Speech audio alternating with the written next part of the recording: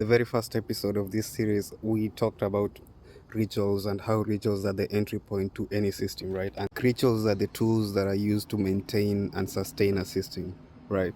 But in this episode now, we're gonna look at what actually drives the system, what actually moves the system forward or backward, depending on like what direction the system is supposed to go.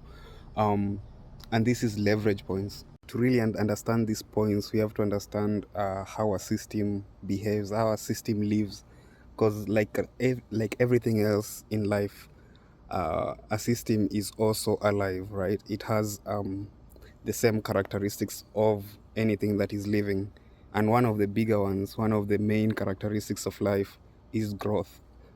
Every living thing grows, and the system also grows, and growth has its benefits, but it also has its costs. Like, you cannot grow from nothing. These points are what controls the bedrock of the system, which is, the stock and the flow.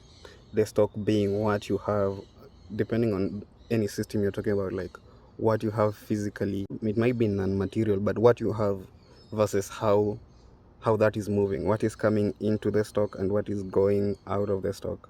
Stocks that are big are relatively more stable than smaller stocks.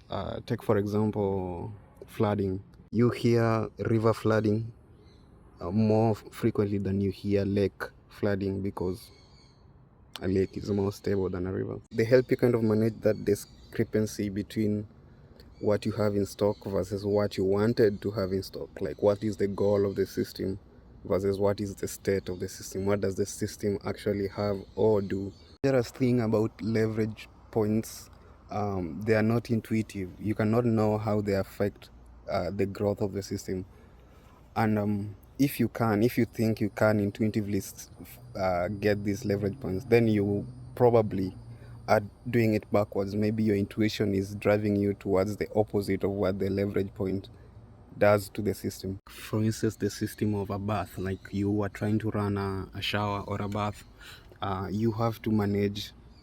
For instance, if you're just getting from one tap, you have to manage just the inflow of that tap, right? Like, your system is how much water you need in the bath, and then your inflow is regulated by how much you open or close the tap.